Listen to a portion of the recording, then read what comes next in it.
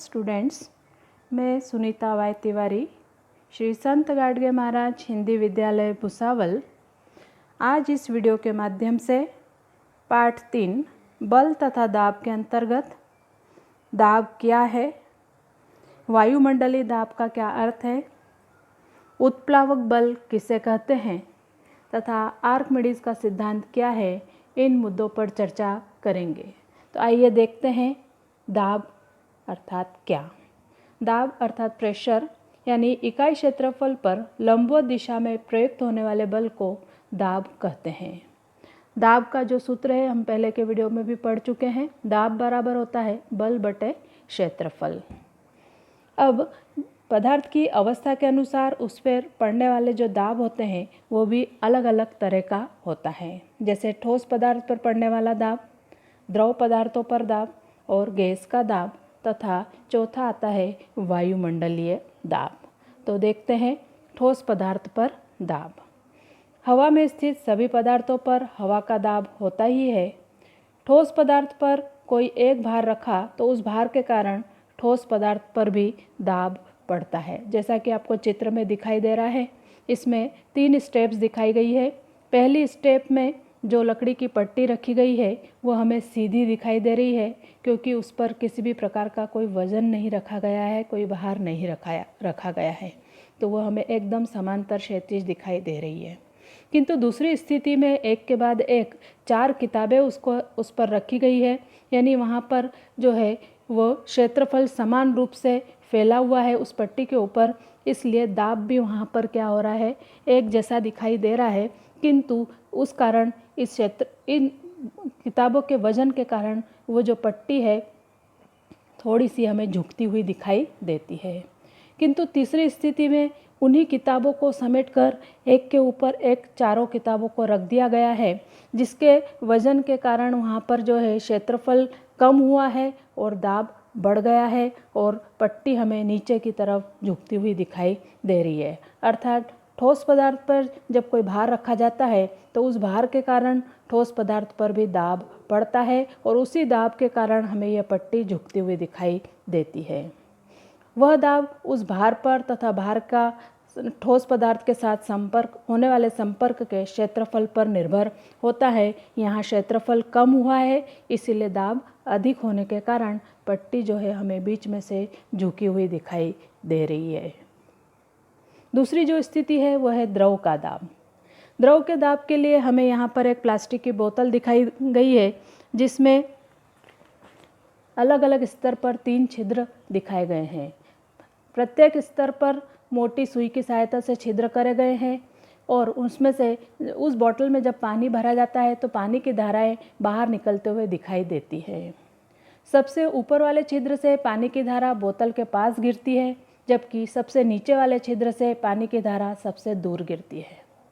इसके अतिरिक्त यदि एक ही स्तर के 2 छिद्रों में से एक ही स्तर पर यदि 2 छिद्र किए जाते हैं तो उनमें से गिरने वाली धाराएं बोतल के समान अंतर पर गिरती है।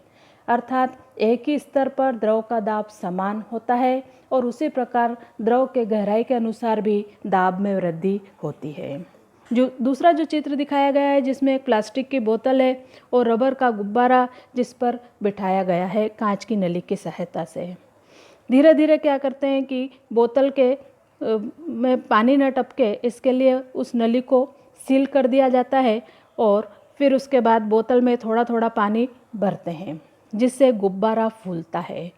तो इससे हमें ये समझ में आता है कि जो पानी का जो दाब है, जैसे जैसे जैसे जैसे बोतल में पानी का स्तर बढ़ता जाता है, यानी पानी की मात्रा जैसे जैसे बढ़ती जाती है, उसका द्रव्यमान जैसे जैसे बढ़ता जाता है, बोतल की दीवार पर भी पानी का दाब पड़ता है और जिसके कारण गुब्बारा जो है वह हमें फूलता हुआ दिखाई देता है। तीसरा जो दाब है वो है गैस का दाब और वायुमंडलीय दाब। गैस का दाब अर्थात वायु भी द्रव के जैसे जिस पात्र में बंद होती है उस पात्र की दीवार पर दाब प्रयुक्त करती है। सभी द्रव और गैसों को तरल पदार्थ कहते हैं। वायुमंडलीय दाब पृथ्वी के पृष्ठभाग पर सभी ओर हवा का आवरण है और इस हवा के आवरण को ही वायुमंडल कहते हैं। यहाँ पर आपको हवा का स्तंभ दिखाया गया है, जिसमें पृथ्वी के पृष्ठभाग से लगभग 16 किलोमीटर की ऊंचाई तक वायुमंडल है और उसके भी आगे लगभग 400 किलोमीटर तक अत्यंत विरल स्वरूप में वायुमंडल पाया जाता है। जैसा कि चित्र में दिखाई दे रहा है कि जो पृथ्वी की पृष्ठ सतह है या जो समुद्र सतह है, तो वहाँ पर वायुमंडल का अत्यधिक जो घना रूप हमें दिखाई दे रहा है। और जैसे जैसे हम ऊपर की तरफ जाते जाते हैं, वायुमंडल जो है समुद्र की सतह से विरल होते जाता है, अर्थात समुद्र सतह से ऊपर जाते हैं तो हवा का दाब भी कम कम होता जाता है। हवा के कारण निर्माण होने वाले इस दाब को ही वायुमंडलीय दाब कहते हैं। अब देखते हैं उत्प्लावक बल अर्थात बॉयंट फोर्स। पानी में अथवा अन्य द्रव में अथवा गैस में होने वाली वस्तु पर ऊपर की दिशा में प्रयुक्त होने वाले बल को उत्प्लावक बल कहते हैं।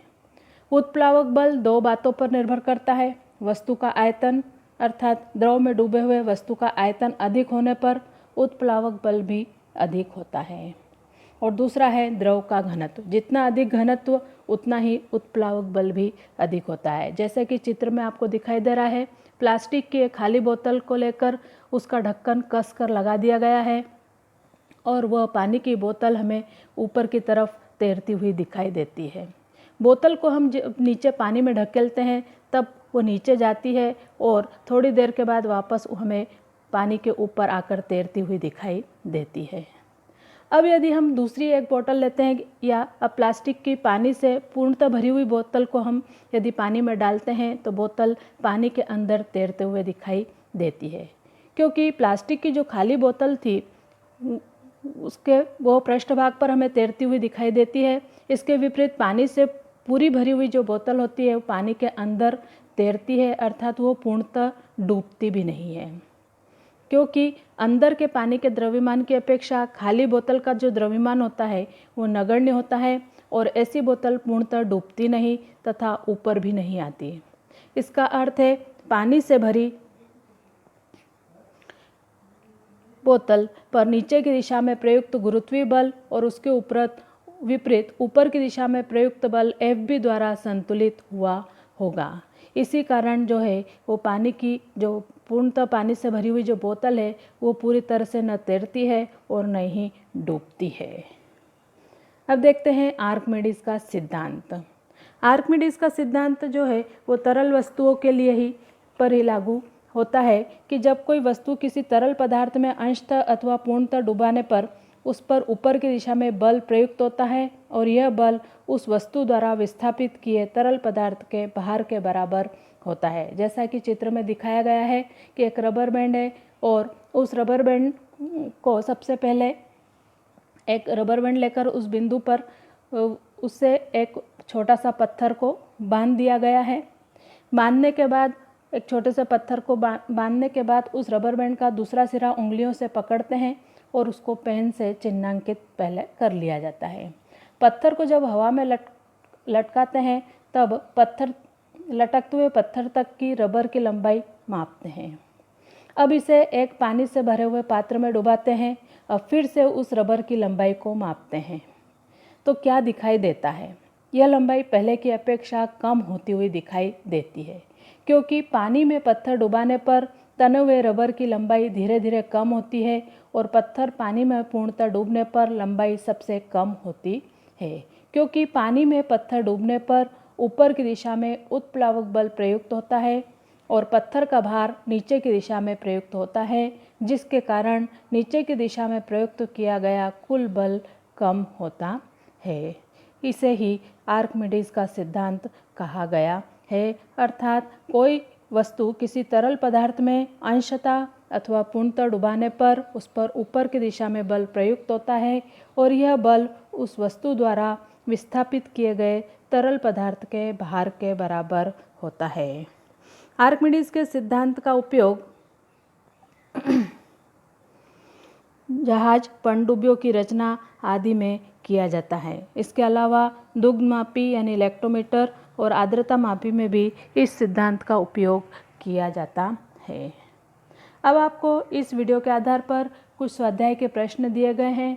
इन स्वाध्याय के प्रश्नों को आप अपने नोटबुक में इस वीडियो की सहायता से हल कर सकते हैं और जानकारी को एकत्रित कर सकते हैं।